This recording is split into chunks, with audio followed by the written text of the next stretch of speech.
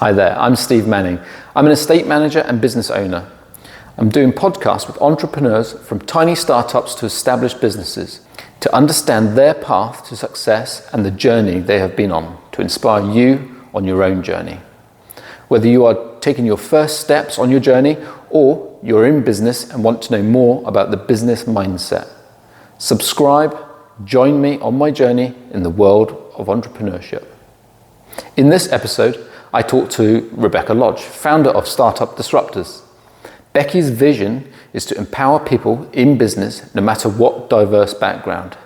She is an inspiring advocate for women in business and the neurodiverse community, of which I closely relate to. So here we are today in the fabulous garden in Wickham.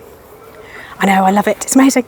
And I'm with the tremendous Steve Manning, and you're going to see me walk in from this side shortly. And I'm going to sit in that chair. So we might have some birds and other things that you can hear in the background, but we're going to talk today about business and small business, and also just an excuse for Steve and I to sit in the sun, to be fair.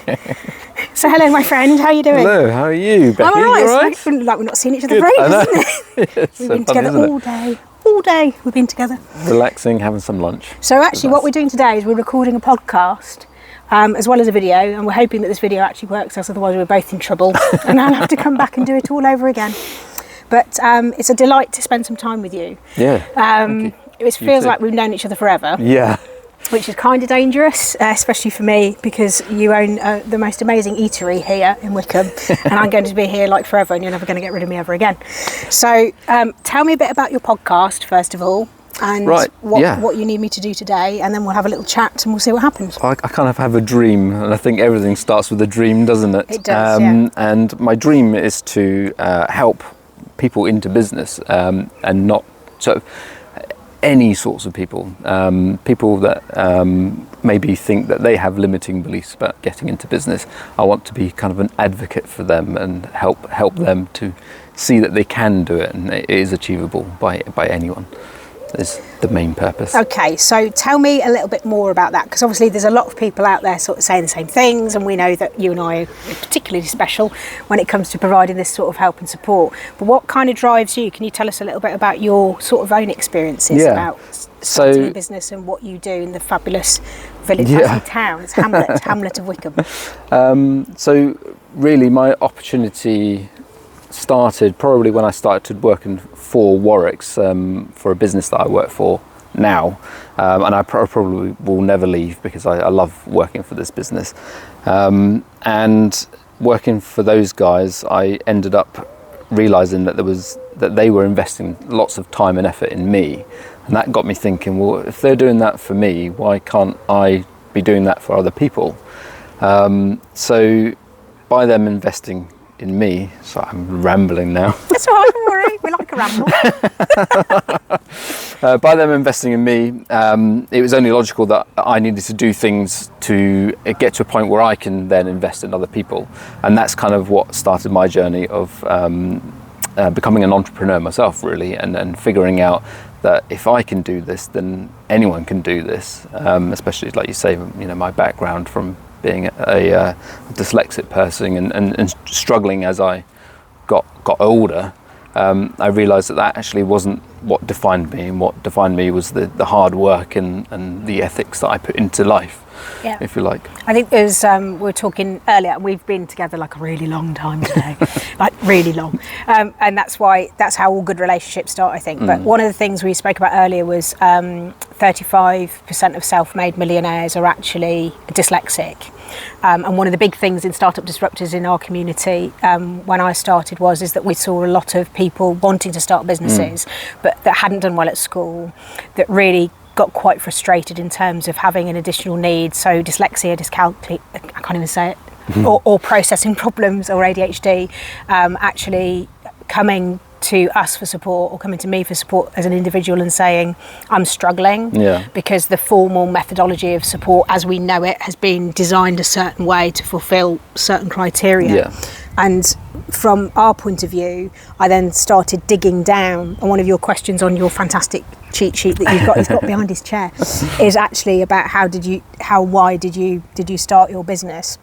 And I think I came from that very, very cynical place of coming out of corporate after a really long time. Our stories are quite similar. Yeah, in fact, we've been working on sort of parallel lines, I think, around that, and actually looking at things and saying, how do we take the experience that we've had in corporate and make something of that? Because I didn't like that environment. It didn't feel natural. It didn't feel authentic for me. Yeah. Although, you know, I had a very successful career for a really long time, there was just something missing. Yeah. And I've talked at length on other podcasts about this before.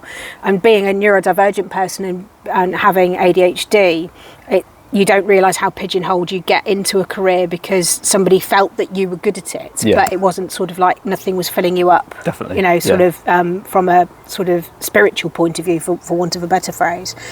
So I think there's something in the build up, you know, the build and makeup of people who have additional needs around dyslexia or dyspraxia or ADHD, where they feel as if they need something more. They feel that they're not contributing to society just by earning a paycheck. So there's lots of different things I think that motivated me, but really it was looking at how you could take that corporate experience and maybe make it useful in society for other people. And I think that both you and I come from that place of, I've got this experience. What do we now do with this knowledge? Because our responsibility is actually to share that with the next generation. So tell us a bit about your coaching business and why you decided to start that as well, because this is something quite new. Yeah, it is quite new. Yeah, brand new. And same with the podcasting and stuff. And it's basically, the website is to tell people what my story is, bit like, you know, how similar our stories are. It's quite weird. But to explain to people sort of all my aha moments, I guess, where I actually realised that how limitless the universe actually is and how everything is achievable. So it explains sort of all the moments of my life that sort of clicked into place, and I try and sort of extract that and understand why did it click into place, and is that something that I can put down on paper and someone else can read, or can I put it on a video for someone else to read or watch that can resonate with it, if not want for a better word, and understand that, oh, maybe I'm a bit like that, and actually that's I understand that, and that's logical now to move on from that, and things are achievable. And then from that, I want to add a business element where I want to kind of explain to people the different avenues into business and make it achievable, make it sound like, you know, it's things that they can do and everyone's got the opportunity to do it. It's kind of the thing. And then obviously I've got the blog on there, which is kind of like a brain dump of information, which could be anything from spirituality to business, but it's kind of things that I'm thinking about. I've done a lot on the high street lately and stuff like that, my thoughts about where we should go with that sort of thing. So it's for me, it's as much of a journey doing it in itself. You know, if anything, it's helping my mental state just by putting pen to paper, if you like, or just coding onto a website, and if other people can benefit from it, then if I've helped one person, then that's good enough for me. I think it's really pivotal, because one of the big things that we've always been big on is founder to founder led community. So and for people that don't know you, and also that might not live in this beautiful part of the country that we're very blessed to live in Wickham in Hampshire, is actually looking at the stuff that you do in the village. So if we kind of just describe what sort of, it's a typical sort of like middle English, beautiful, picturesque village, and you own a yoga studio here. You own like a sort of a little sort of coffee shop and marketplace area, very successful, and it's a beautiful place to come. No plugs intended, but come. It's got great salads and great cake. But I think it's about saying, how do successful business owners like you actually help startups that might not have any experience, or that might come from a different background or a different area of, you know, an area of deprivation. We talked earlier and I said, you know, I'm very open that I had a very, I was born on the edge of a council estate in 1971. I have a fantastic life. I've worked very hard. But what I want to actually say to people is that it's possible for anybody. And also that I want people to not set their own beliefs by where they were born, because with the place where you're born doesn't define where you end up. Definitely. Yeah. And I think for me it's always been about that sort of aspiration, that if you want to learn, if you want to become educated, then that's actually really important. I think we're about invaded by a dog, which is always really important. Hello. Hello. Tina. That's all right, don't worry. So always an impromptu dog visit in doing our videos, it's fine. But really it's important, I think, for everybody to understand that anything's possible in life. And I think that StartUp Disruptors as a community was all about that, which was saying, no matter whether you want to start something from your back bedroom and that actually stays in the back bedroom just to create a living, because you don't want to be in corporate anymore, that's fine. If you want to create a technology business, that's also fine, but you need the right tribe of people around you to be able to help you grow. And I think the issue is when you are perhaps dyslexic, and it'd be interesting to talk about your school experience, which we spoke about earlier, is how that can actually create imposter syndrome. So do you want to sort of tell people about your experience at school? My educational experience was, I was the dyslexic, and I was tend to be put into a different class than the other kids because I couldn't learn like the 95%, and for them obviously to stick to their criteria, I was then removed to another classroom. That was my worst experience, and that's not good for anyone's mental state, especially as I'm not stupid. I learn very differently, and that's only what the case was. I think we do understand a lot more about that these days, but we're still I think quite old-fashioned in the way that we deal with any special needs, I think. But transferring that into business and was not actually a massive issue. I was a very positive person. Probably thanks to my mum, because she drummed it into me that I could do anything I wanted to do, and that stuck with me, and I always wanted more, so my brain was constantly working. I'm the ideas man. I'm always thinking of the next thing, then the next thing, the next thing, but thought I would never be able to actually do those things because of my limiting beliefs, and that's for the special people, they can achieve all those sorts of things. And then thanks to the family that I work for now, they gave me, I guess, the vehicle to actually, and the flexibility to unleash the beast, if you like. And I was able to explore all these areas, and they do deal with a lot of property, and they deal with a lot of businesses. So I could use the things that they owned to my advantage, and actually use those to test theories, to try different things out. And eventually I ended up working with my business partner now by making his business even more successful than it was, and we basically have gone on from there, really. We bought a coffee shop together. Me and my wife run a yoga studio. We founded that about 6-7 years ago. And so it just proves it doesn't really matter where you come from. What matters is that you're going to reach your goal. I never knew that I could achieve something in my life, and I do not think like that now. Yeah, I think that's really important. I mean, one of the things we discussed at length over lunch earlier was the fact that actually that mindset and those people around you and that advocacy is the most important. And one of the biggest problems around growth is what we call a fixed mindset or limiting beliefs. And what we actually see within people who have additional needs, and certainly with the 5,000 people that we've helped start up and scale up businesses since 2016, is actually people need to get out of their own way. Your own ego is the only thing that's going to stop you. Massively. Money is an issue. That's a separate podcast for another day, certainly around funding and funding women. One of the biggest things that we spoke about is the scarcity mindset.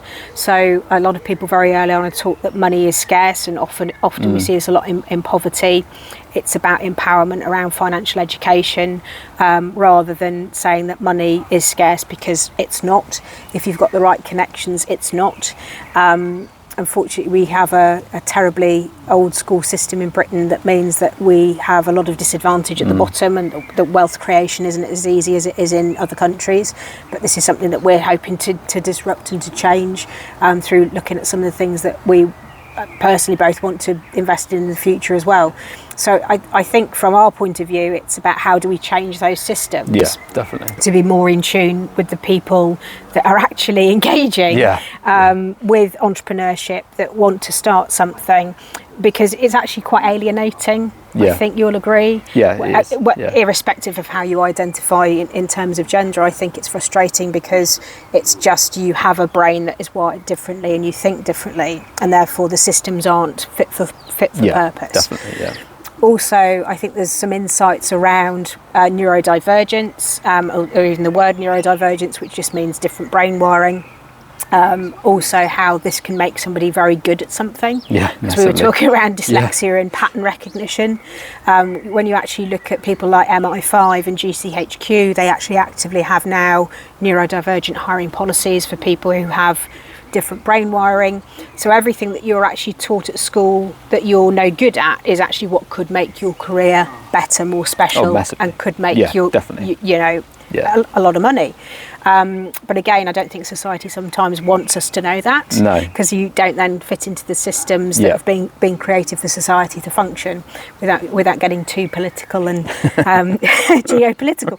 But I think, again, it's always interesting to have these discussions because then they don't happen. And also, I don't think they're often open. No, they're not. I don't think the systems are open. I don't think that really some of the ideologies are quite right. When we look at a lot of the well-meaning public sector support, but not necessarily any support that's good. And that is the fault of the fact that the systems aren't designed correctly to support the people that want to interact with those services. So one of the things we were talking about earlier was how do we redefine those systems to be able to support small businesses. But one of the things I did want to talk to you about, because obviously you have a lot of knowledge around this where I don't, because we come from very different worlds. I come from a very service-led business, which is kind of like a low-cost input in terms of overheads. In terms of anybody that's kind of looking, and I've got to be honest, I'm mystified by the whole high street system. But if we're looking at people that, for example, are looking at setting up shops or retail premises or cafes, obviously you're talking about expanding your coffee shop empire, hooray. So if anybody has got a shop in Petersfield or Alton that they don't want any more, then let us know. Get in touch with Steve or myself. We're looking for more premises. Then let us know. But can you just tell us a little bit about, there's this whole thing around things like commercial leases, business rates. How do you know what questions you should be up this? I think this might be another podcast for the day, just about different things. But can you give us an idea of maybe 2 or 3 critical aspects that people perhaps overlook when they first start? Definitely. I think for that sort of thing, you definitely want a strategy and you want a budget in mind. So those are critical, because you need to figure out what your end game is and always have an exit plan, like I do. So you want to have an idea of what sort of income, what sort of turnover you want, what sort of profit you want, and what sort of rents you're willing to pay and what sort of rates they're willing to impose. And that there is it does vary a lot. Rates especially, to me, it looks more like guesswork to me when they rate a premises, and I'm sure they have a set way of doing it, but to me it looks very, very random. So that's Swahili. It's like this shop can pay £600 and this one can pay £1,000, but there's no reasoning really behind that. So you want to look at that, and you do have the right to oppose the ratings and to have them re-rated. So don't think that's the way it is. It doesn't have to be the way. You can say why is it not fair. You can give them a reason and give them a case study. The shop next door is paying this amount, and I would be paying this amount. That doesn't make sense. So is that kind of like questioning, sort of like a bit like council tax banding? Yes, it is. Like a banding of rates, whereby you might have 2 shops next door to one another that should be identically rated, but one's got like 2 square metres more, and might be weirdly cheaper. They rate it by the metre squared. Gotcha. So I was already like mathsed up. I was just like, I've already lost interest. But, so you can have shop A could be paying £200 per metre squared. Shop B is paying £50 per metre squared. Why is that? Obviously, you might drop shop A in it. by saying this, but that's the cares? truth of the matter. It's business. And then again, when it comes to renting shops, you can negotiate with landlords, and I tend to think it's good to try and speak to the landlord if you can. And actually have some sort of personal connection with them, because you'll know whether you resonate with that landlord. If it's kind of done over the phone, over a contract between solicitors, it can be quite tricky, because they don't know you, you don't know them. But you want to negotiate good terms on a lease, for example. And then we get into staffing and stuff like this. But I think what I'm trying to say is, don't try and overcomplicate everything, because actually if you break it all down into separate elements, you can handle it, and you can know whether it's a risk worth taking or if it's a no, I'm going to keep looking, because you'll have a budget in mind for whatever venture you were doing. I think there's something quite interesting around how you de-risk things, and we talked about the difference between male and female-led businesses earlier, and I think this is really interesting because women don't have access to money in the same way, and this is proven time and time again. I won't bore everybody rigid with the statistics, but it's quite interesting that women often de-risk their businesses more, especially if they're running, like, for example, a clothing shop, or I'm obviously not trying to stereotype women's businesses in any way, shape or form. You can do whatever you like.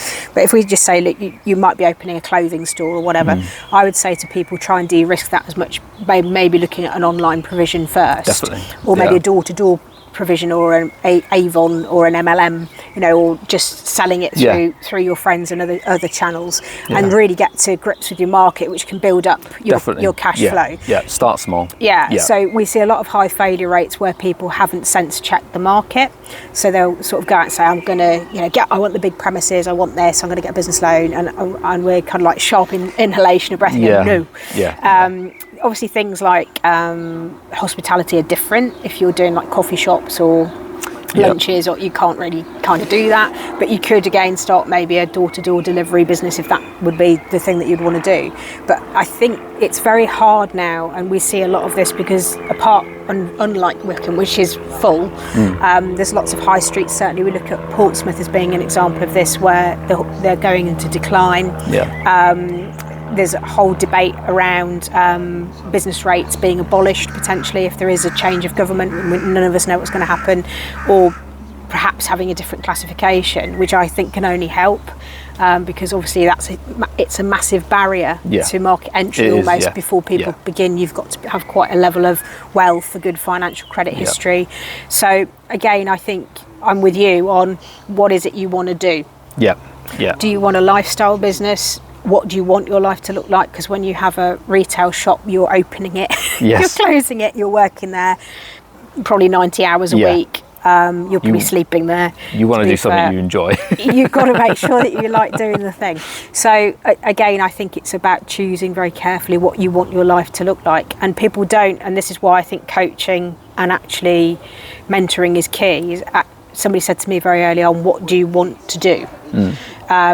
And of course there's an assumption that being a woman you would want to start a social enterprise or a charity or CIC, and you can possibly want to build a technology business, and we have to be very careful of stereotyping and pigeonholing people into what they want to do and what they want to achieve, but again, it's just that is bad coaching or bad advice or bad support. So again, for you, especially if you're watching this and you're wanting to start up, just get connected with people in your area that are trustworthy. Reach out to us. We're fine with answering anything. Absolutely. So put things in comments. I'm happy to send questions to Steve. So I'm not answering them. To Steve to answer any of them, especially around sort of high street retail, business rates, other things. It doesn't matter where you are in the country. In terms of the UK, I'm sure the questions are roughly the same. Definitely. And we can always signpost you to other people in different parts of the country if you're watching this anyway. But I think there's so much we could unpack in this, but we're going on forever. I didn't know whether there's anything you wanted to ask me, because you've got a whole sheet of paper. So I was going to ask you some questions, and this is coming at it from the angle he hasn't even primed me on this. No checking. You're not allowed to look at the answers. So this is basically coming at the angle of someone who's a complete novice. They want to expand, or they think that they want to do something with their life, I guess, but they just don't know how or what to ask and who to ask, and I think for me, for example, I could never quite believe that all these rich and successful people were actually real people that I could ask questions to. Yes, it was intimidating, doesn't it? Yeah, and I've now realised that actually, I can ask questions, and usually 9 times out of 10 they'll give me the answer for free. Yeah. So and it is about networking and discussing these things. Yeah. So I think what's interesting about our relationship, and this is just what shows you the power of technology, is you've been in we have a free group for coaching and mentoring, full of people who are as bonkers as Steve and I. So use that group, that's free. We've always done that, because in 2016 my frustration was, where do you go for the trustworthy people that get how my brain wiring works and will give me an honest answer? So that group, which is StartUp Disruptors on Facebook, just search StartUp Disruptors and join us, in that group. You're watching this on the feed, so you might not be in the group, or likewise you might be on LinkedIn or Instagram or wherever else I post this. Please do join us on Facebook. But I think for novices especially, they spend a lot of time procrastinating. And I'm a big believer in doing rather than procrastinating and planning. So I would say literally it's very basic, and for people of our generation that will understand this comment, it's much more Derek Trotter than it is Steve Jobs. So have I got a thing? Can I sell the thing? How much can I sell that thing for? So if I'm selling handbags, how much do I buy that handbag for? How much do I sell that handbag for? Wow, I've made a profit, let's go and buy some more handbags and sell some more handbags. That is entrepreneurship. That is it. People overcomplicate it. I've got to have a website. Please don't play to your own ego of saying I've got to have an 0333 444 number. I've got to have a website. I've got to make it look sexy. Nobody cares. Genuinely, nobody cares for about it's like year 10 for me, and I still don't think anybody actually really takes any notice of anything that we're saying. So I'd say nobody cares. Fail as much as you can. Don't be afraid of failing.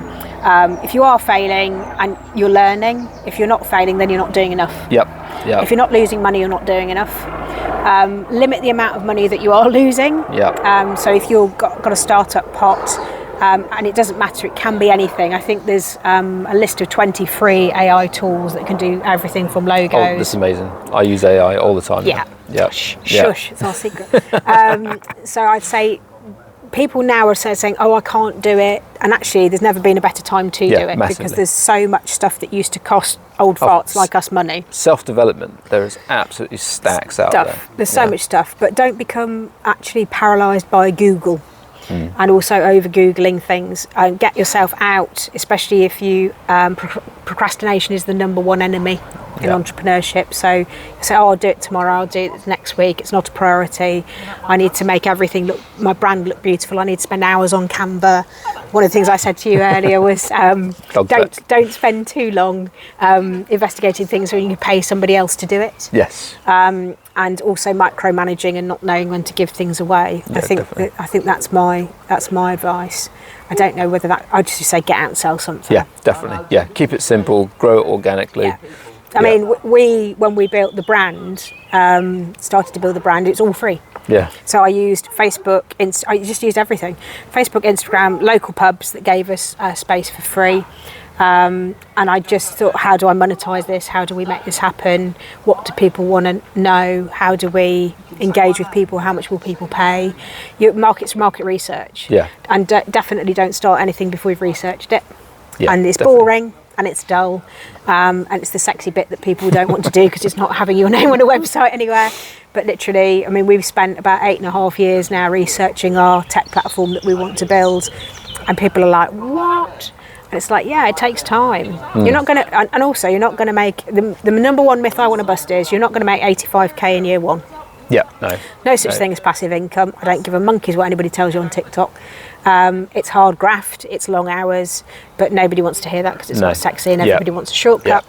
And I've been guilty of that. And I've failed so many times trying to take a shortcut, and it's not. It is drive, it's commitment. It's boring. The drive and commitment, I think, gives you the value. And once you've got the value, that makes you an investable person. And I think actually being credible at what you do and having a strong reputation and just having good ethics, honestly, your character speaks volumes, and that your reputation is what everybody's saying about you when you're not in the room. And literally that is over time will be what precedes you. And I think in the Facebook group that you were part of, that's how we've ended up here today. It's like, I've been following you for ages and I'm like a stalker and everything. And I'm like, that's great, because I like good stalking's fine, but it's, I don't have to report him to the police just yet. But I think from our point of view, it's just about how do we bring those like-minded people together to really help each other. One of the things you and I have both spoken about today is how do we change the funding and the finance system. So watch this space. That's another thing that we're going to be working on shortly. And also get people invested that have got really good ideas, but are, I think definitely through my experience, being let down by the systems that are currently in place to not have, small amount of test trial money. What we mean by test trial money is, just a couple of £100 to make does something work, and we say a couple of £100 lightly, but when you start, that money can be stretched an awful long way. Women's businesses especially are just so woefully underfunded, and we know in areas of deprivation, we do a lot of work in inner cities, and I was born in an inner city in Leicester, is actually, we say these amounts of money like we're quite flippant, but it's a lot of money to somebody that perhaps can't pay the bills. So again, what I would say is it's either time or it's money, or it's both. You have to place a value on your time. I think especially as you scale up, people don't. And as you start to get revenue in and you start to get up towards the 85k, just under the VAT threshold, that you start to value your time and outsource things and start to pay people. But a lot of people are, how do I get from nothing? Yes, exactly. And that's the hard part. Those are the guys that we want to speak to. Exactly. And we want to help. How do we get from nothing, that ideation phase? That I've got that idea. Whilst I'm on Netflix or doing whatever on the sofa, I really want to do this, but I don't know how to get help, and I think that perhaps my spelling lets me down, or my lack of attention or my lack of concentration lets me down, but I know I'm creatively really good at this thing, or I've always wanted to run a coffee shop, or I perhaps want to run a coffee shop that benefits people that have special needs, and I want to employ people and perhaps make it into a charity. So there's all sorts of stuff here that's really hard for people to unpack, because business is really, really very complex. So you do get, it does make me laugh, people say, oh, well, I can go to a company's house and set up a company for like 20 quid or 30, I can't even remember what it is anymore. And I've done that. And I'm like, yeah, but do you know the legal obligations in terms of accounting of once you've paid that couple of quid, and now you're in for more money, and do you know how to do your tax return? Because if you don't, you're going to have to get somebody else to do that. So really, please, dear Lord, don't rush into any of this before you've come, and perhaps even try sole trading would be my advice. In the old days it was very different, and I don't know what your experience was, is that everybody would say, I've got to set up a limited company because I don't want the liability. To be honest, most businesses in Britain, if you're a sole trader and something goes wrong, people, are they going to prosecute you? They might ask you for your money back. Probably not, because you're in their neighbourhood. But I'm not a legal expert, and all the lawyers will hate me now for saying this. But I think you have to be really careful about what you're getting into if you don't know anything about business. And I definitely want to cover that in my website. So I mean, a lot of the times it will refer to, you need to go and seek advice from the proper people, but I can at least give guidance that explains why there are certain things in place, and why you might need an accountant because it's a limited company, and you need a business banking account if you've got a limited company. But if you're self-employed, you don't, but they will try and convince you need a business bank account. You want to keep your outgoings as low as possible. So hopefully I can educate people a bit on that as well. So. I think you and I have already decided we're probably going to do more on this anyway, just to say how to demystify boring stuff that we're not really that interested in, because it's getting in the way of the thing that we're doing. So any more questions for me? So it's fine if you get my your piece of paper. cheat sheet out. Get the cheat sheet out. So this is going to be about you now. It's like, this is your life. Do you remember this is your life? Don't do this to me. You didn't tell me that. So, Becky, education career path. So how did you start? Which direction did you find yourself going in initially? No direction, generally. Rudderless, I think, is the way that I would describe myself. So I think for me, like you, and we probably should have recorded all this stuff we were talking about this morning, but we'd have to take out all the expletives, certainly from my point of view. I loved school, weirdly. I was very, very swotty. If anybody knows, I loved school, I loved learning, but I didn't like the environment. So whereas I liked the learning, I struggled with the kind of day-to-day, very tight, found the routine and the actual social inclusion part very stressful, just the noise. It's like the institutionalised lifestyle. School for me was, I found it, my actual refuge was reading. So I'm a prolific reader, prolific writer, and that's how I ended up doing my degree in creative arts and writing and film and video. But I was in a special group for gifted individuals. It's hilarious because I was in the not so gifted group for some things and then the totally gifted group for others. So whereas I was in the gifted for creative writing, English literature, loved it. You know, I was reading like Wuthering Heights at age 8. And you know, I love a bit of Bronte and Austen, typical very British middle class upbringing. For a working class kid, that was hard. So I was kind of exhibiting the gifted tendencies as such, but I was demonised where maths was concerned. I had terrible education at primary level, and I then later built a career in technology. So I don't know how that works, but I think there's this mythology in technology that you have to be a coder, and actually you don't. The creative thinking and your thinking also is the way that we can look at pattern recognition and also about how data points come together without going into too much technical boring detail, and how algorithms work and what the behavioural outcomes. So I look a lot around customer behaviour, customer analysis, intuitively knowing how people experience something, what the end user experience is going to be. So I'm good at that sort of stuff. But at school, chronically awful subjects, bored. Just chronically bored in subjects that I didn't like. Looking out the window, really not good. Amazingly did well at O-level, so last year of O-levels, and I'm that old, and CSEs. Bombed my A-levels because my parents got divorced. Was predicted like 3 A's at A-level, ended up with 2 D's and an A. Luckily education was free, degree education was free in the country at that time. So went off and did a degree at Manchester Metropolitan University. Spent a lot of time in the north of England. Love it. Love the northwest, and the most amazing part of the country. And graduated, did everything. I think we're kind of jack of all trades, master of none or mistress of none. Sold cars for a living when I first started. Got on a graduate management scheme for Tesco. Went into retail. Helped launch Club Card. Back in the day, worked on a think tank project for that. Really not a fan of retail. I just find it very, very constraining and difficult, and I couldn't understand why you'd want to line up cereal boxes, even though it appeals to my OCD. I don't understand why you would be graded on how beautiful your cereal boxes look. Just doesn't make any sense. As long as it's in stock, who cares? My manager would turn in his grave now if I said that.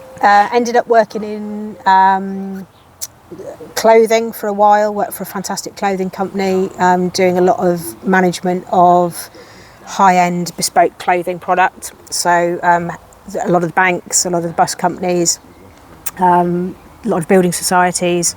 Was managing a staggering amount of money when I look back at it now on key accounts when I was 23, 24, and I just thought it was normal to be as sad as me and want to work as hard as me, and I don't really suppose I had a life. Because life for me has always been, I want to work, I want to solve the problem, I want to sell the thing. So I've spent a lot of time in international sales and marketing, worked in Formula One for a promotional clothing merchandise company based in Twickenham, just outside London. Had a great life, international travel, Formula One races, worked with Michael Schumacher, the then Ferrari and Benetton Formula One teams, ran the account for Disney, for retail premises for Disney, did all the t-shirts for like Tinkerbell and all of those kind of stuff. So we used to print all of those and take them off to the shops and stuff. So that was absolutely phenomenal. And then ended up in a career in engineering and technology when I moved south, because I don't know, I suppose selling is very sector agnostic, in that if you can sell, you can pretty much sell anything. Or you should be able to sell anything with the right level of knowledge. And also, I just think in sales, if you're still in the same place in 2 years, you're not doing your job properly. Right. Because you should be moving to your next job, your next career, your next uplift. The back end of my career, I was a sales director for an American radio broadcast software company, EMEA markets. I worked in power generation industry for an SME based over in Havant. And then, a bit like you, had an epiphany moment where I thought, I've had quite rapid career progression, and there's a lot that I know about a lot of markets. And actually that was at school seen as a disadvantage, because you were supposed to want to do something for life. To specialise. So everybody's kind of like, and now who's laughing? You know, you kind of think, well, I know so much about this massive sort of panacea of different markets that I suppose, and it's like anything, you are meant to end up where you end up. And it's about serendipity, about who comes into your life. And I think for me, especially with, wanting to look at what we're building with a technological platform, is people should be allowed to do what they want. Definitely. Irrespective of barriers. And for me, I didn't think that my brain wiring was unusual for the job that I was doing, and it certainly wasn't. But what I could see was being a top 1% sales performer. And I find that hard to say because it makes me want to throw up a bit and a bit vomity, because we're not good at that. We're not good at it, and certainly women aren't encouraged to say that they're good at anything. Whereas I just thought it was what was normal for me was normal for other people. So when you talk about the things you've achieved here, which are insane, they are in comparison to if we took you into Central Portsmouth and said to somebody in Charles Dickens Ward, this is just down the road from you, this is what's possible. That would be hard for that person to envisage how they would get to where you are. Yet your struggles at school are probably the same as theirs. So we need to create heroes in people that we can see. Definitely. That we can say to children for the next generation. And I would encourage all schools listening to this, or anybody watching this, to please reach out to your local businesses, and don't just ask them to do rubbish career days. Get them to come out and look around your shops. Come in and have a look. Don't just offer shoddy work experience. And it's not your fault. I'm not having a go at the schools. It's just these are the systems you've been taught that this is what you should be offering children. But these are not what these children's careers are going to look like. No, not at all. And we're not talking we're not trying to talk people out of doing a 9 to 5 grind, because I do a 9 to 5 grind. Well, but I love my grind. I do. We all do. But what I'm saying is that the jobs of the future are going to look very different. Definitely. And there will still be a need for somebody to, for staff for coffee shops on the high street. We need people to be engaged with that. But what I'm saying is our aspirations shouldn't be limited to just perceiving that that's the only offering for people to have, because I think, I remember going for, just to tickle you, I went for careers advice, and I remember somebody saying to me, it's like 1988 this was, and I was in front of this was terrifying, careers advisor said to me, well, clever girl like you, you should either be a secretary or a teacher. And that was my level of aspiration set at age. That's it, love. My mum was a teacher, my dad was a teacher, and I have a lot of respect for the teaching profession. That's hence why I never went into it. Thank God for you. But what I would say is, there's nothing wrong with a good, solid profession. But if you're not actually built that way, there's nothing wrong with doing something else. Definitely. And what we need to be better at is creating those channels of communication between schools and business, whereby entrepreneurship is encouraged. Definitely. And one of the things that we've been talking about locally is, and I'll talk to you about this later, is looking at a business education scholarship, which is something that we spoke to our local MP about. Stephen Morgan in Portsmouth is creating an entrepreneurship education scholarship fund for people to test, for children to test trial. And I think that's something that we should be doing as well. We're encouraging in our local community here, Wickham, it doesn't matter, South Coast, wherever in the country, is creating that national input to where we can start to connect people more fully. And I'm a great believer that we should be working together more closely without agenda. So hopefully that's a really long-winded way of answering your question. Yes, no, that's a great way. We will wander off for about 2 hours on this now. We no time left for anybody to do anything like watching telly or anything. No, I definitely have a similar mantra to that as well. And I think actually education, I think, will become more of an online platform, and people will hopefully be finding the jobs they love. Well, it will, because we'll be inventing it. So Exactly. And and that's the way forward. Through what we're doing is, entrepreneurship education is critical to the success and economic development of this country. Now, I'm not going to get my soapbox out later, but it is, and that's what we're redefining that in terms of the technology that we're building for that delivery. I think irrespective of background, people should have access to great things and be able to create great things.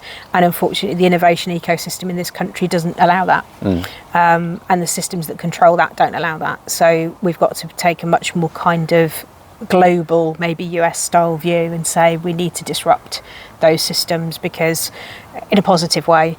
And say there is an alternative, and here it is. Would you like to buy into that alternative? And it's not going to be massively pricey and costly. It'd be an affordable thing that people should have access to. And in certain ways, we'll take a portion of the profits of what we make from our platform and give it away for free. Yeah. Certainly in the international markets that we're looking to put our business and our technology platform into, emerging markets like India and Cameroon, where we already have links.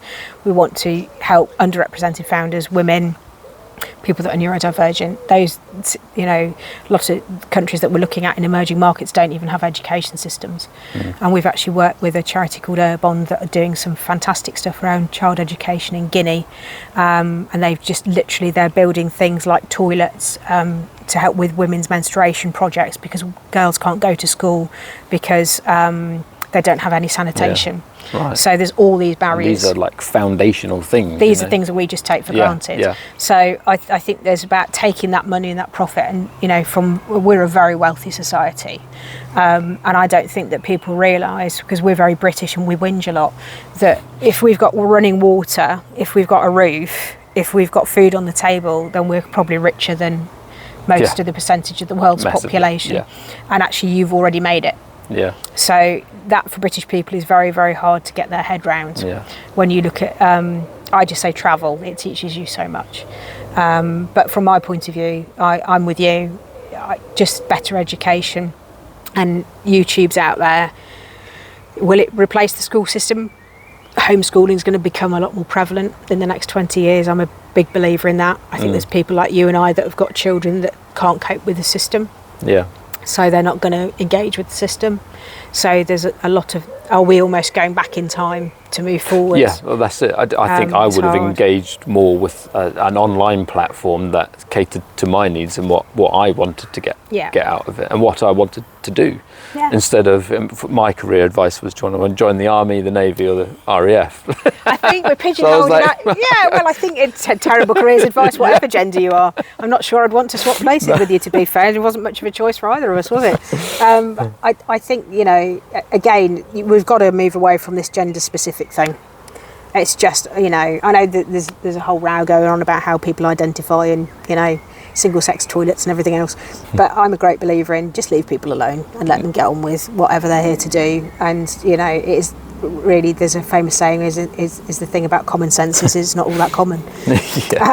And I'm a great believer in, I don't think I was judged. I think that was the great thing about growing up in the 70s and 80s is with that feral generation in Gen X, that we had so much freedom to operate, and I wasn't judged. I was bullied for being a SWAT. I was bullied because I liked learning. I was bullied because I was fat, ginger, northern when I moved down south.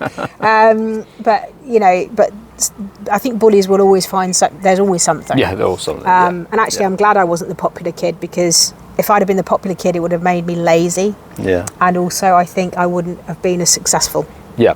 Because resilience is the number one thing 100%. In entrepreneurship. Yeah, I was bullied, and I use that as a positive. If anything, it was a catalyst. So thank you very much for doing that to me, because it made me who I am. I'd like to thank my school bully. I think it was interesting because my school bully, I actually saw years later in the pub just after I graduated, and bless her, she'd already got 2 kids. And she was 21, and I thought, I don't want that. Yeah. That would be the thing that. And she came up to me and she said, "Oh, how are you?" And I said, "Great, how are you?" And I actually offered to buy her a drink, and I said, because I realised how far apart we both were. And she just said, "Oh, what are you doing?" And I said, "Look, I've just graduated." I said, "What are you doing?" She goes, "Oh, I've just got married and I've got a couple of kids." And I just said, "Are you happy?" And she just went, I don't think she was ever. Yeah. I think bullies are particularly unhappy peeps. Yeah. Hence why they bully. And also what annoys them most is if you carry on regardless and you become successful and you're happy, the people that are trying to tear you down actually hate that. Yeah. And actually your haters are actually your biggest motivators and also your biggest fans. Hi everybody. Because they actually promote you. I think it was Nicki Minaj was at an awards ceremony a while ago, and she said something along the lines of, "Hey to all my haters, because you make my YouTube numbers shoot up, with the fact you're watching it because you hate on me so much." So I just think you get, light and shade in everything. Definitely. And you just be a good person, and I think everything else happens. And go and find the good people. That's my advice. Yes, surround yourself with good people. Good people with the right mindset, positivity, the can-do people.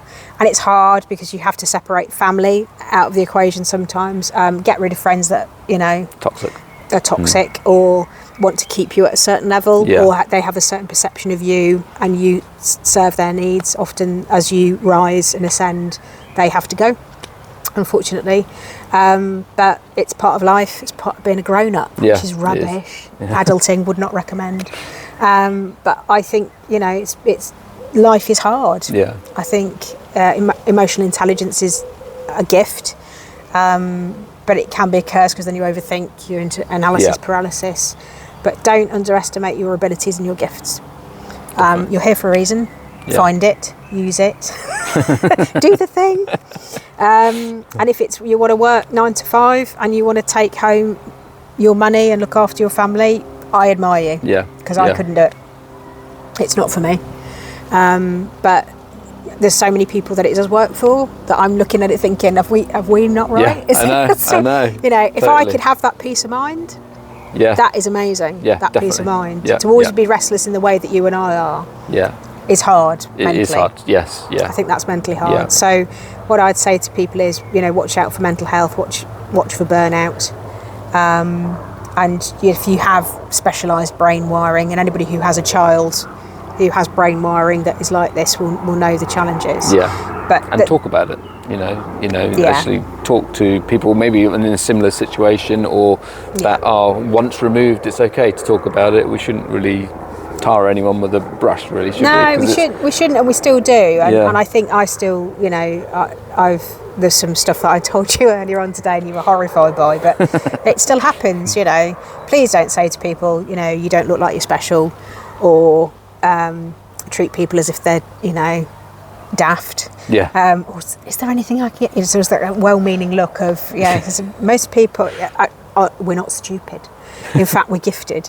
And I think that we have to be careful that people aren't sort of, this is why I really don't like the term disability, because it's a different ability. Yes. It's not a disability in my world, and in technology, believe me, it's not, because people like me and you are programming, the businesses of tomorrow. So it's just, we live in a different, almost like a parallel world. Yeah.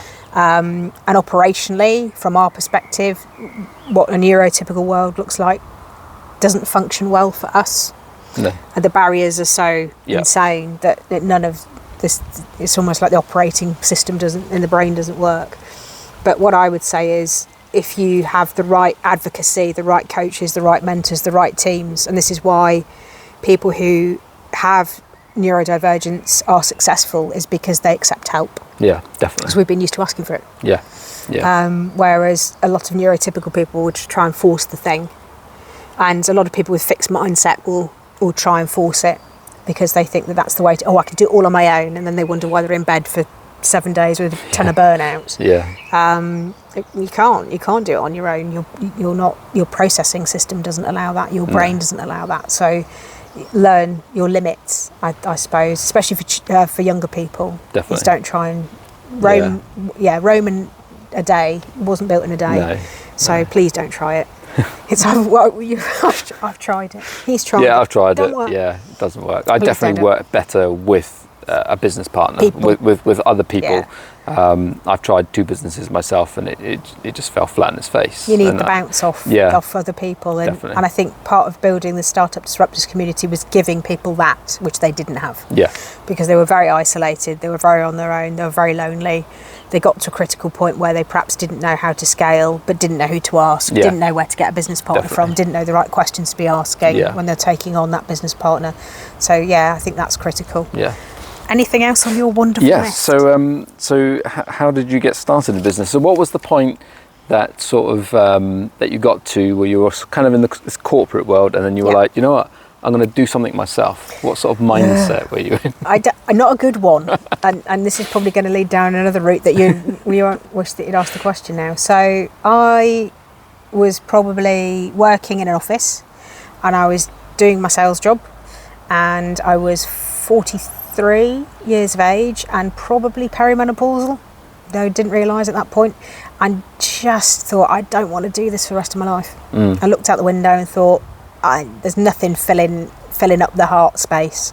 I don't want to continuously make other people rich. What am I doing? Yeah. That was it. Handed my notice in that day. Oh, really? Yeah, my husband was delighted, poor old Dan, as you can imagine. And he went, ooh, interesting move, Lodge. Bills, a mortgage. And I just went, yeah, because that's me. And I just said, do you know what? Well, you say wing it, but no, because I'd already strategically thought about what I wanted to do. So everybody, it looks like winging it, but no, but you shouldn't wing it. And I just said, look, my ex-boss has said I can go back. And in fact, my ex-boss's son is now one of our Neds. Oh, right. Okay. So he's amazing. Yeah. So still a really good friend. And he just said, look, come back if it doesn't work out, which was a wonderful thing. Yeah. In fact, they did everything they could to try and keep me, which was really a blessing. Do you want to work part-time? Do you want to? And I said, do you know, I can't do it. It's just this. Yeah. And he just said, right, okay, door's always open. And I said, that's so lovely. And I was really kind of touched by that. And I went out and I made all the mistakes. So I thought, how hard can it be? It was like the Wild West. There was people screwing each other over for 20 quid in the local market. Portsmouth, very transactional mentality. I just thought, oh dear God, I thought, where are the people like me? Where's the support? Where's the no support? So, like, you know, every woman needs a good bra. You need a good supporting business as well. It's the same thing. So I just looked around and thought, God, this is just chronically awful. Checked out all the public sector support. I went to something like 268, I think, different networking meetings. Oh, wow. I'm that sad person, as you know, and I'd been doing that all my life anyway. So, and I just thought, this is awful, you know. And there was a lot of very sort of lady groups, and I was like, ooh, this doesn't look at all like me. I just don't fit here. I'm not just doing. I don't want to. And there's nothing wrong with any of those groups. It's just not going to help you grow. Me. Yeah. Where's the B2B? Groups? Where are the kind of, you know, STEM industry groups? Where are the people that want to earn some money? Where are the people that want to create businesses that want to scale? And there weren't any.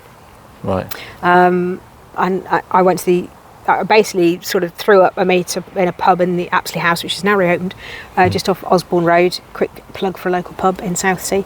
And we had 9 people in a pub that first meeting, and then I just talked to people, like you said. What problems? It was the same. No support, rubbish support, workshops that I can't get to during the day. I'm socially anxious. I don't like it. I don't like the provision. I don't like the people that run it. Employees are telling me how to start a business. What's that about? And I just said, right, okay. We went to a bigger pub because we couldn't fit all the people in. We went to the old Customs House in Gunwharf, and Fuller's, ironically, were one of my ex-clients from promotional clothing merchandise sales days. Filled the top of that pub, 100 people in that pub in a year. Facebook group to 1,800 in less than 12 to 18 months. This was pre-COVID. And I thought, oh God, I need to charge or do something, because I was doing sort of like consulting during the day, for universities and doing sort of marketing consulting and, you know, writing strategy and stuff like that. But that was just the how do you pay the bills stuff. But this was the stuff that I really loved to do. So I just thought, it's just, and people were saying, do a CIC, do a social enterprise. And I was like, nah, there's something more here. There's something more. And long story short, just basically went to the University of Portsmouth Business School, did a thing called a business consultancy project with a bunch of students, said, I want to start a subscription-led business, probably backed by some form of technology eventually.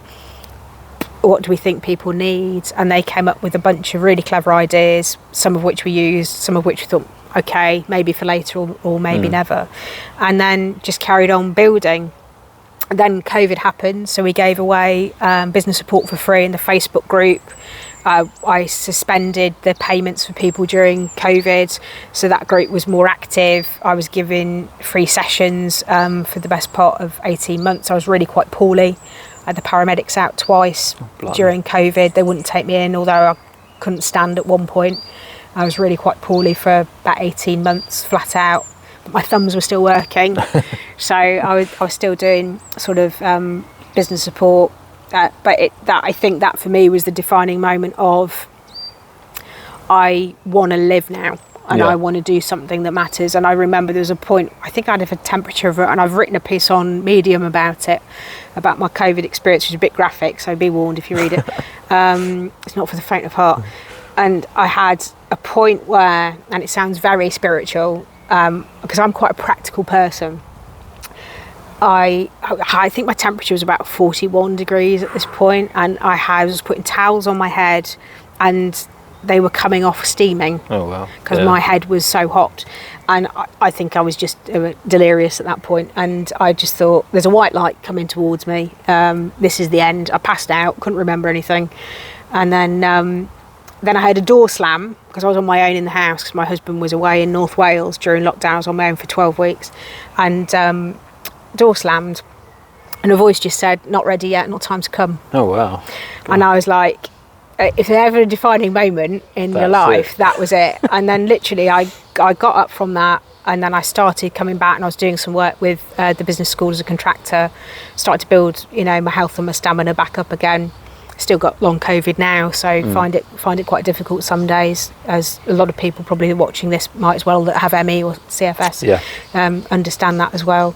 So I would actually say that was it. Yeah. And I thought, if I was annoyingly Tigger-like before, I'm going to be even more so.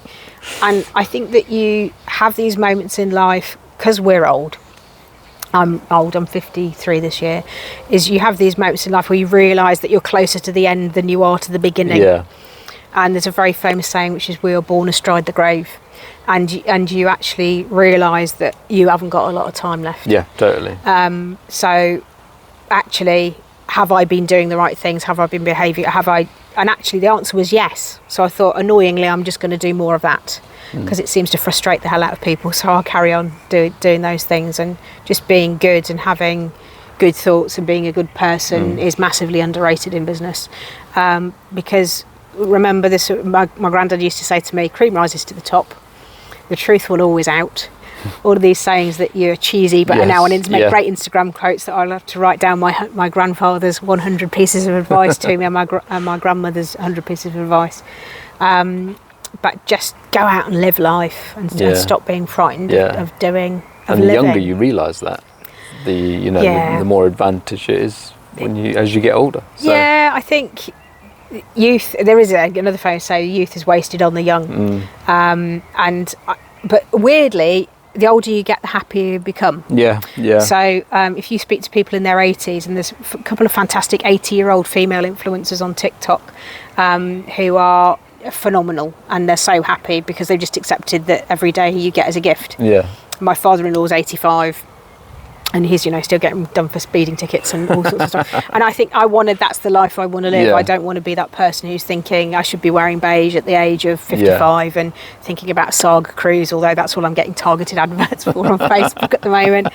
So you get to that threshold, and it'd be probably incontinence pants next and tenor lady and all these other sorts of things. But I'm just a great believer in, do what you want to do and live your life. You only got one. Yeah, you ain't definitely. getting another go at it. No. So why do you give a monkeys what anybody else thinks of you? Yeah. And I think that is I think for women that's so hard.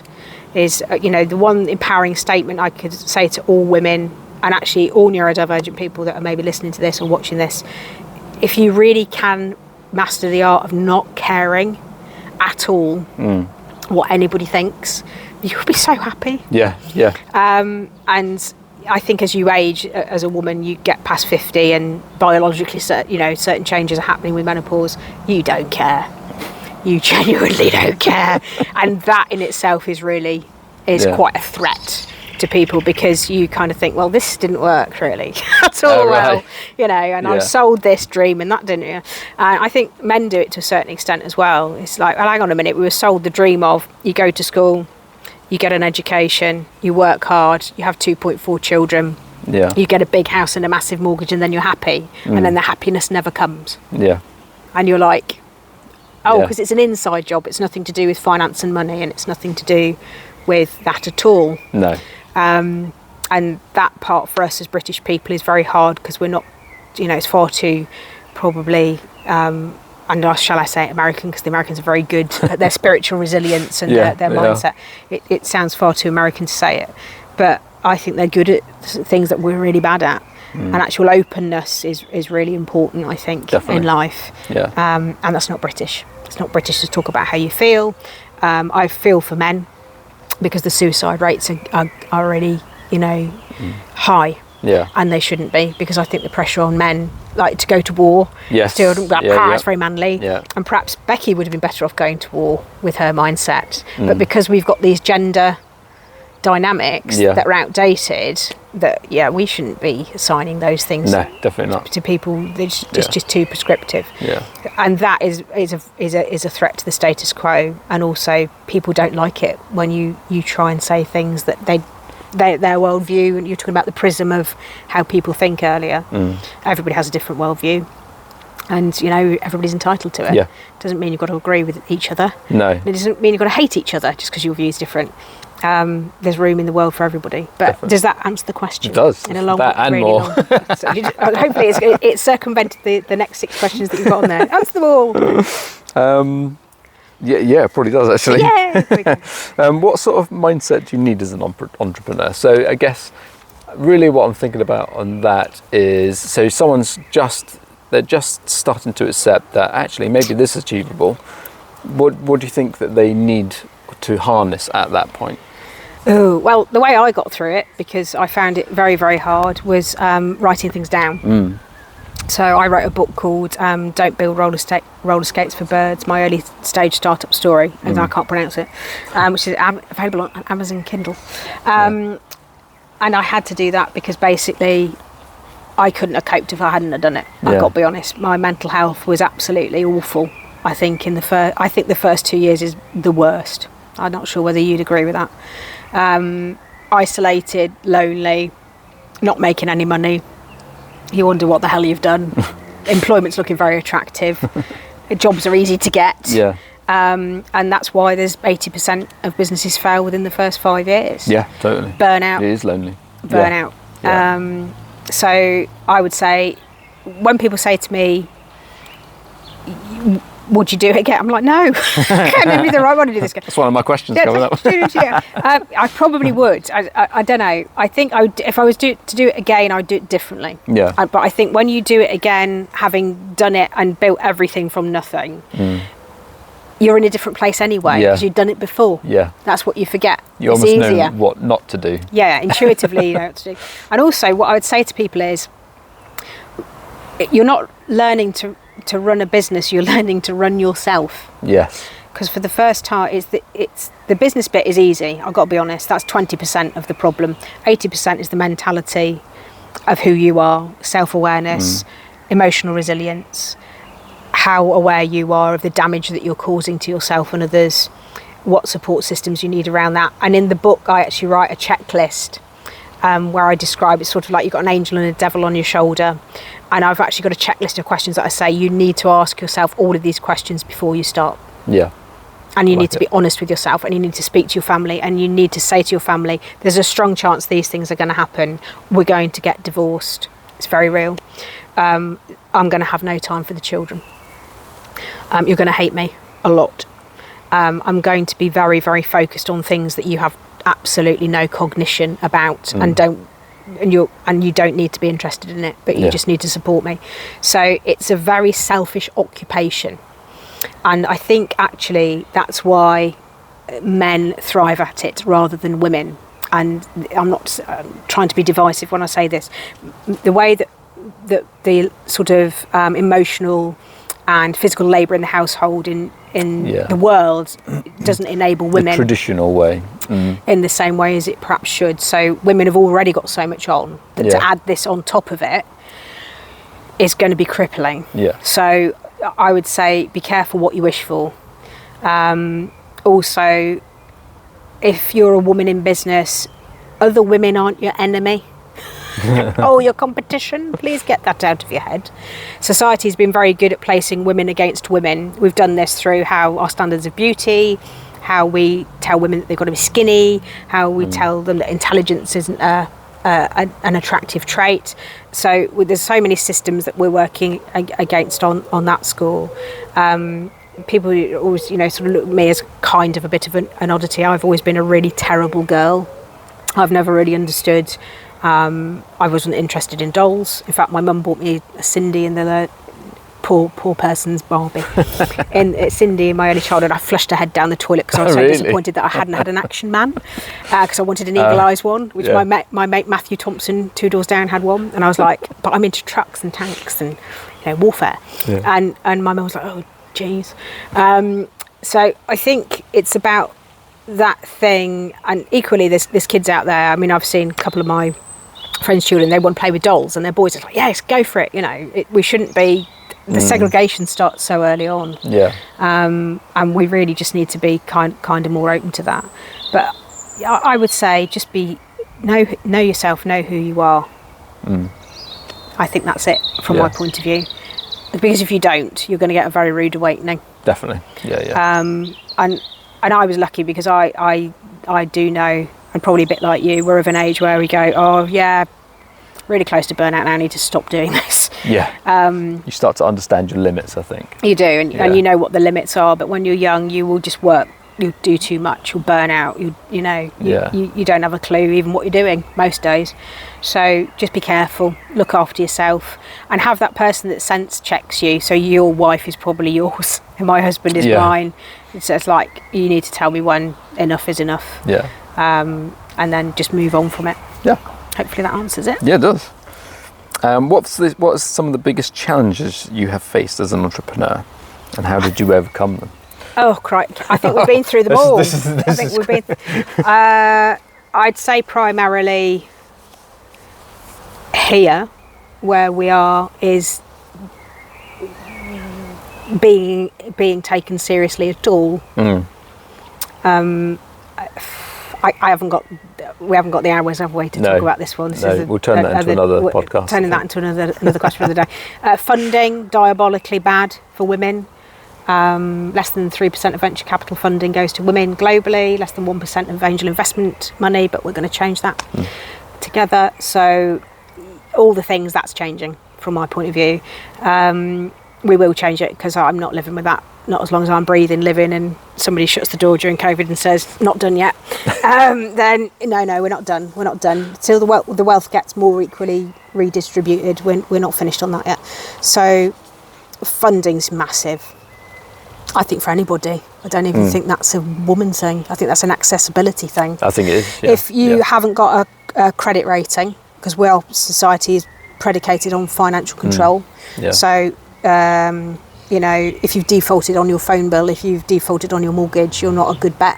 And this is how the banks control all that wealth and those systems. So that's a societal infrastructure problem that we need to talk about on another podcast, because I'll rant on all week.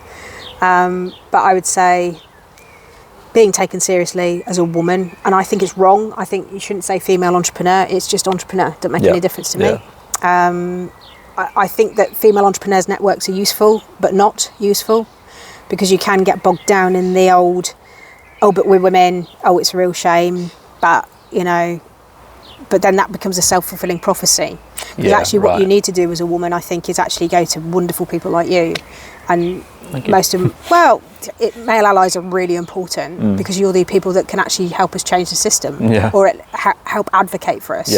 So the reason I've been so successful and actually quite lazy in my career is because I've had really, really strong male support where actually I just abdicate a lot of the work. So I'll just say, oh, well, this isn't going to work because they want to speak to a boy. So over to you. And then, you know, in sales teams, you open the door and, you know, that's how it works. And it's shameful and it's wrong. But, you know, you're using the system almost against itself. Reversing the system. So how do you get to be that top 1% or 3%? That's how you do it. You're reversing the system and you're politically aware and astute enough to realise what works and what doesn't work. And also how do you win together with other people? Definitely, But if you haven't got that corporate experience, if you haven't got that political awareness, that's I mean, God, that's almost impossible. If I think of what I was like when I was at school, and if I wanted to start a business now without all this experience that I've got, I would have failed. Because it's only that 32 years of experience and navigating life that gives you the skills. So you're learning every day is a school day in terms of entrepreneurship. So hopefully that answers that question. What else? What do you think keeps you motivated in entrepreneurship? I always get accused a lot of being difficult, and I don't like that phrase because it's applied a lot to women. Actually railing against the patriarchy, I think, is what keeps me going. If there's not something to rail against, and there's a lot to rail against when you're built like us, I'd be bored. And actually, there was one of my bosses that once said, you know, I think my mum once said, I think my daughter was born riding along the pram, sticking up two fingers to the world. And I think perhaps I was radicalised when I was very young because I did sociology at A-level. And I read a lot around women's empowerment and, you know, I'm from the north of England, or the Midlands, it's not really the north. And then I was educated in the north of England. And there's a very different political imperative once you get past the Midlands. So anybody, hello, friends from Midlands and the north, we're different, we're built differently.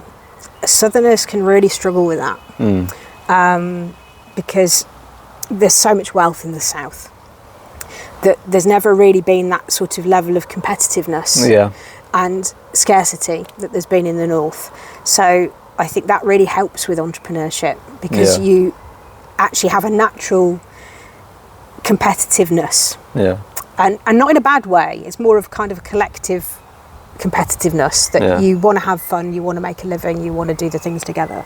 But it's difficult to do that when society doesn't, you know, feel like it should be as accepting as perhaps it is. But that's what I would say for that one.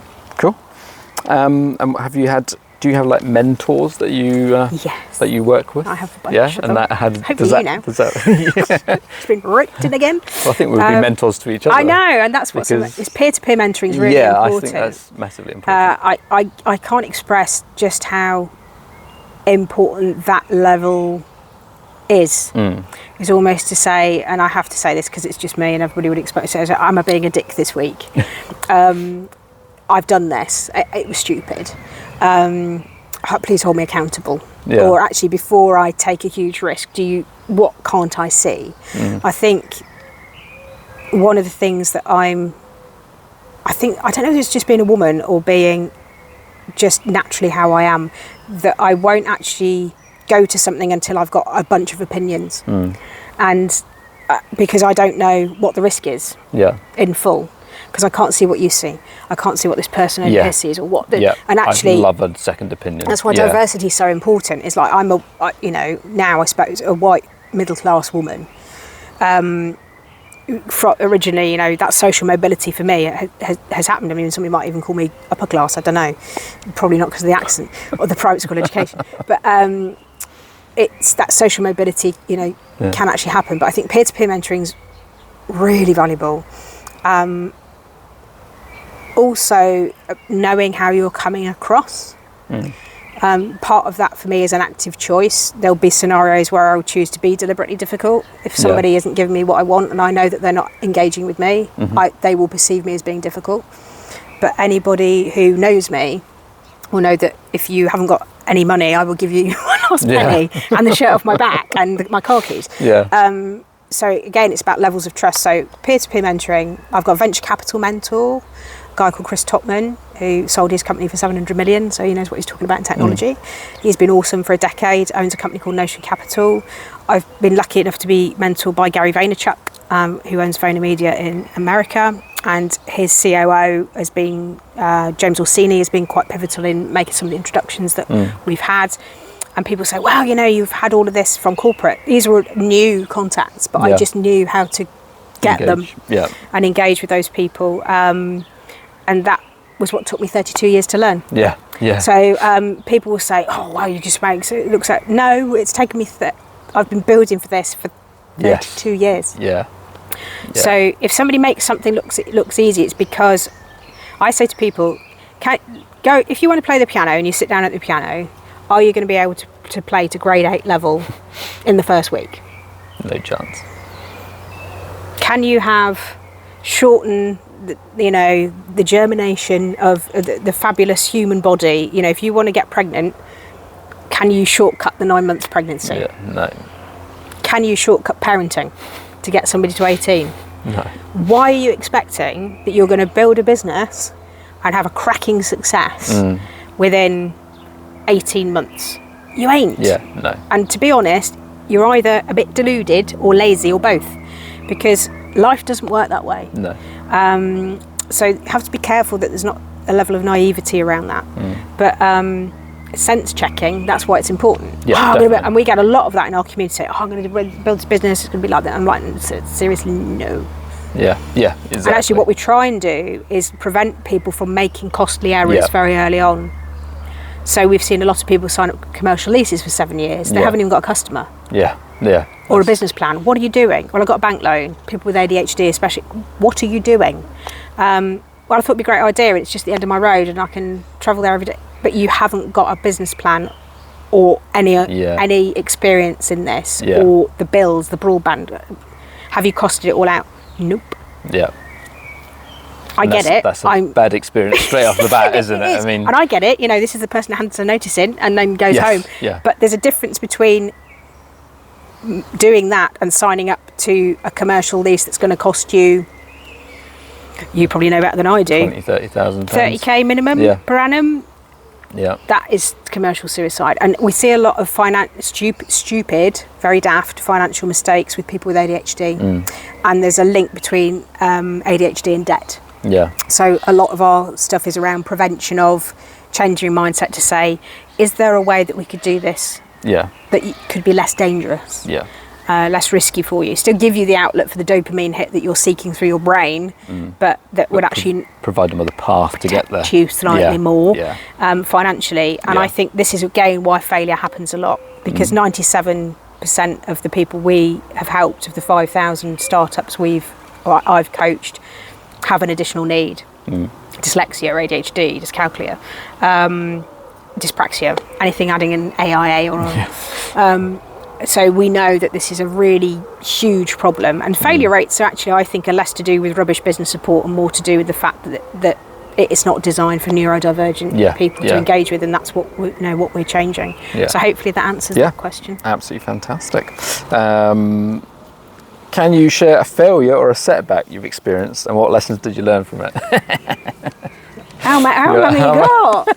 I mean, I've got a couple more questions after that. Seriously, we should have done a podcast hour for each of this. Oh, God. So many F-ups, I've got to be honest.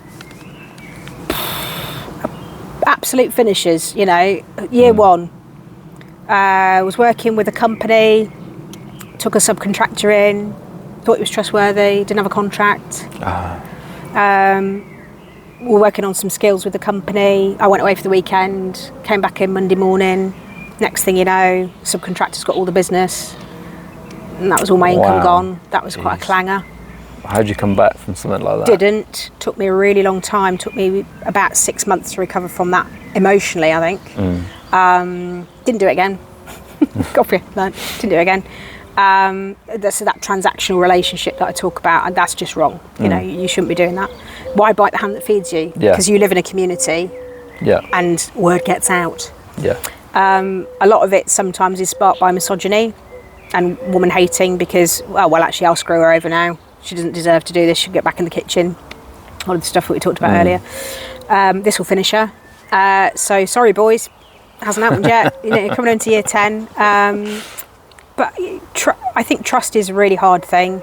I think my biggest, I'm very much what you call Myers-Briggs psychometric ENFJ. So I'm a feeler. In fact, I'm sort of borderline ENTP, which is the classic profile of an entrepreneur. So emotional, intuitive.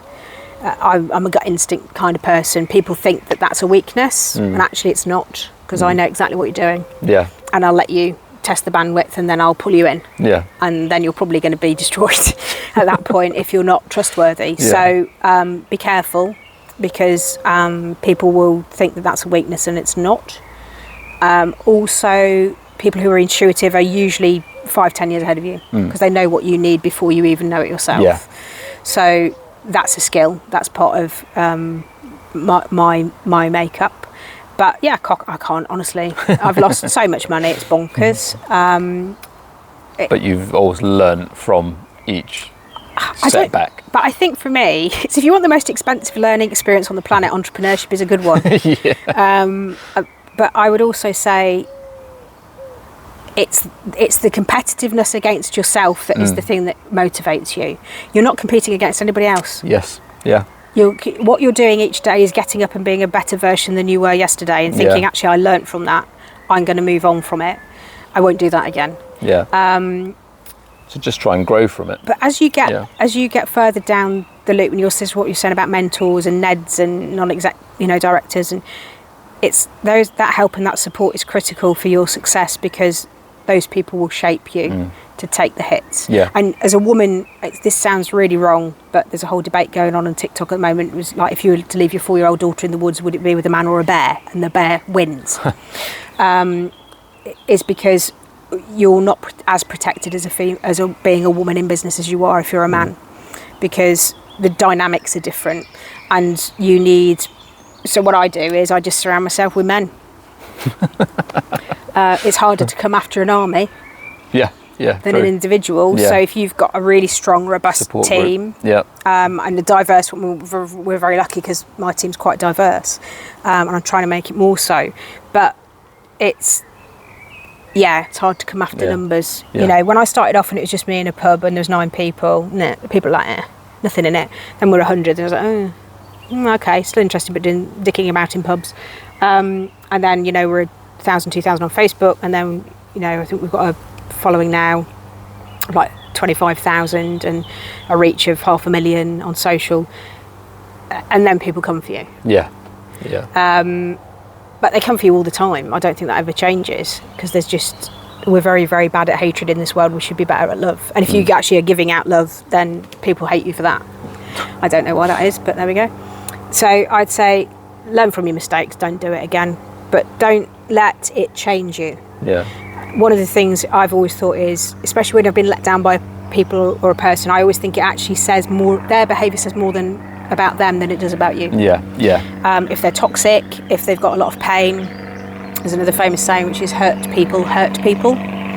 So they are projecting that on you, and that's because you're happy. Problem. That's a projection onto you. So empaths traditionally are neurodivergent, and they attract a lot of narcissists. It's like this kind of magnetic attraction. So you will pull it. There'll be a lot of people that will come in thinking there's something in it for me. Terribly good at spotting those. And sort of like a series of jumps, loops and tests that I will put a person through before something will happen. And that, again, 32 years of experience, and coming to my peers and saying, is this person a bit of a dick? What's their reputation if they're from here? And really back to that whole Derek Trotter thing of, you just pick the phone up and just say, if there's somebody in Southampton that you're dealing with, hi, such and such, do you know such and such? are they any good? Do they pay their bills on time? Don't touch them. They're awful. They don't pay. Bit of due diligence. So that informal gossip is actually your friend. Yeah, definitely. But only if you're listening to the right people. Yeah. And don't be caught up. You get a lot of this kind of very, and it really frustrates me, is this kind of very kind of snarky, and I'm like, what are you doing? It's why are you not concentrating on yourself? There's nothing to do. What they're doing, even carry on. There's your patch of grass over there, but water that, because I've never, that's not something I ever have, and just waste of your time while you're definitely. Having a bit of a, and everybody, I suppose everybody likes a bit of bitching and gossip because we're British, but it's no. That's time wasting on something that's not productive. What are you doing? And there's people that spend their lives liking doing that, at the school gates and what are you doing? Nellies. Get rid of them. It means radiators or drains. There's two types of people. You stand next to them and they feel warm. They're a radiator. Keep them in your life. You stand next to them and it feels like your soul's disappearing down the drain. Get them out of your life as fast as you can. You don't want the drains in your life. You want the radiators. So just keep moving. And as long as you're moving, as long as you're learning, you can't fail. Failure, I think, fail is first attempt in learning. Everything is the way that you look at the world. Do I feel like this every day? No. I've got to be honest. People find me annoyingly positive, but there's days when I'm like, I can't get out of bed. I'm just going to have a rest. Everything's rubbish. I'm crying my eyes out. Everything's gone wrong. I'm below WhatsApp. I hate my life. I feel like, you're just having a bad day.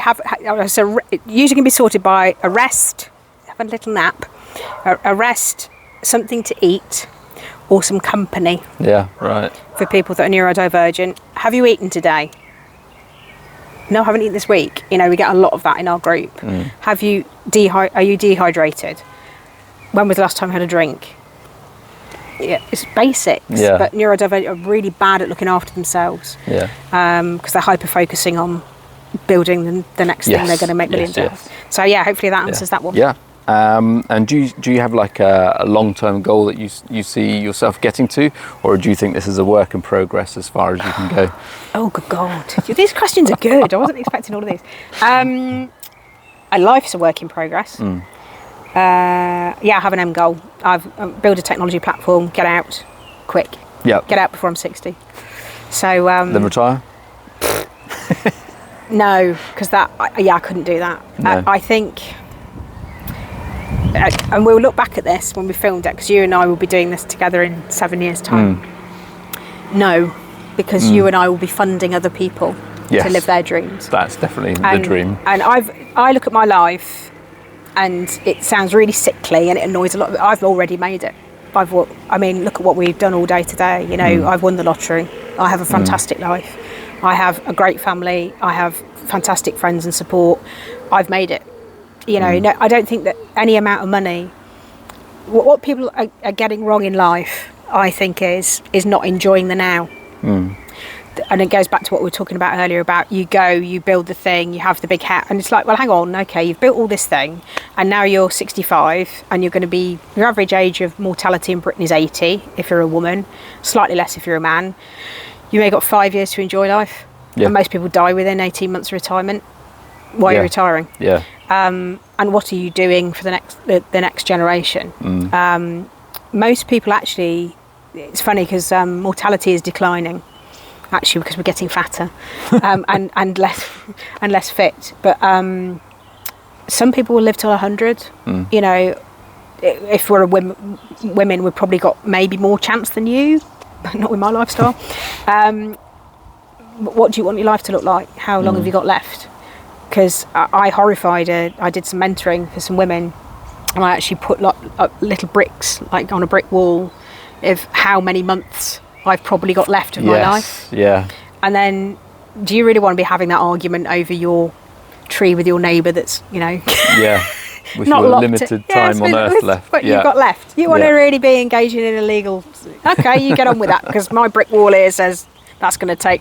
I'm not doing that. So I think people don't use their time, and I think people don't realise that time is the only commodity we have and the only thing we can't buy back. And I think if you're doing what you love, which could be investing in other people, for example, then you would never stop working because it's what you love. I don't think it's even about money for me. It's about, I think investing is kind of a nebulous term because it's about, in my view, we're born with a gift. It is our responsibility to share that gift and give it away. Yeah. End of.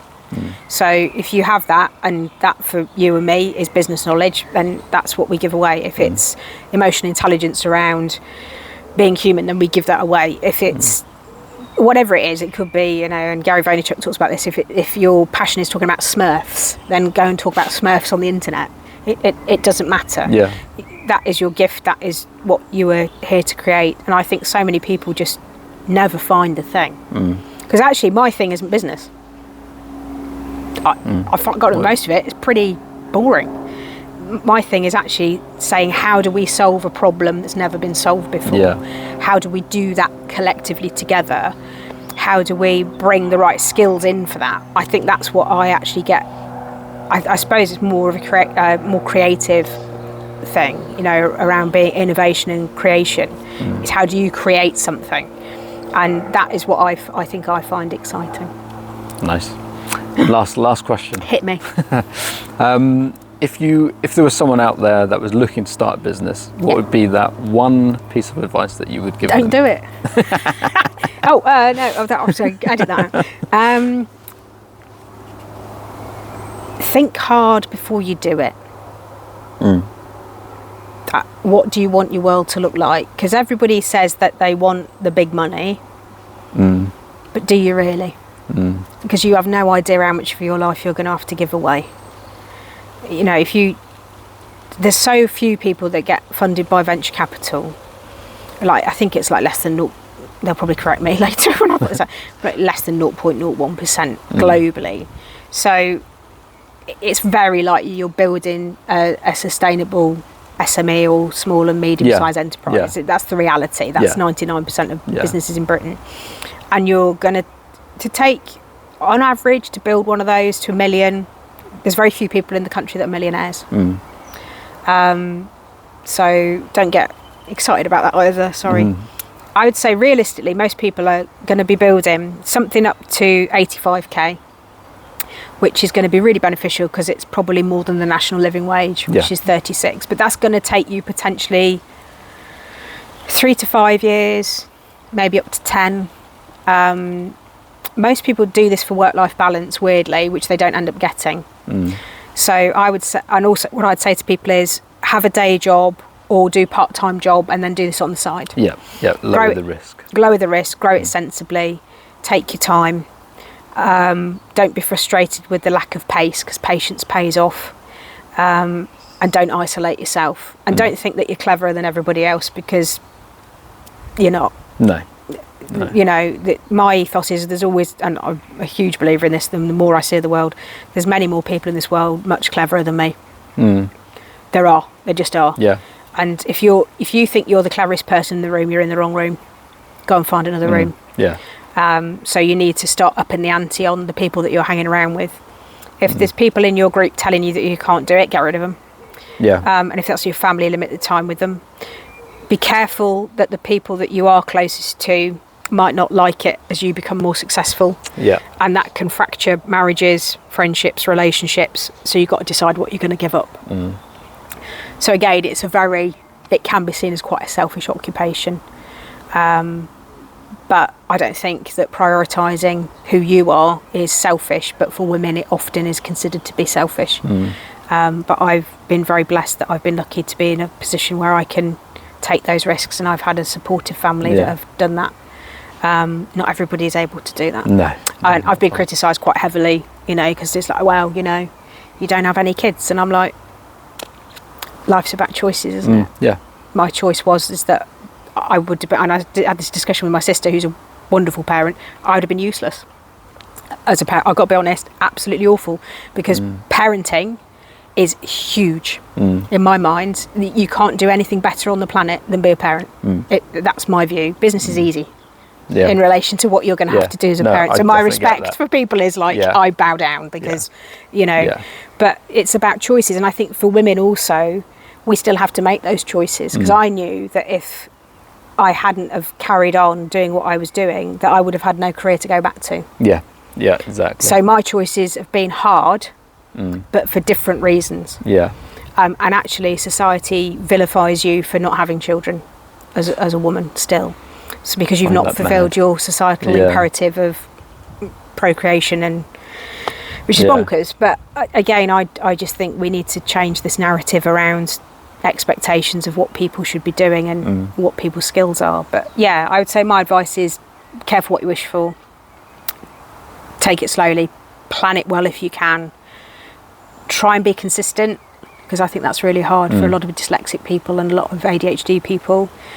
And doing one small thing each day is enough, because you've got time. You've genuinely got time. There's nobody putting any pressure on you except you. Take your time, breathe, enjoy it. You know, I mean, we're insane. Nobody enjoys this journey.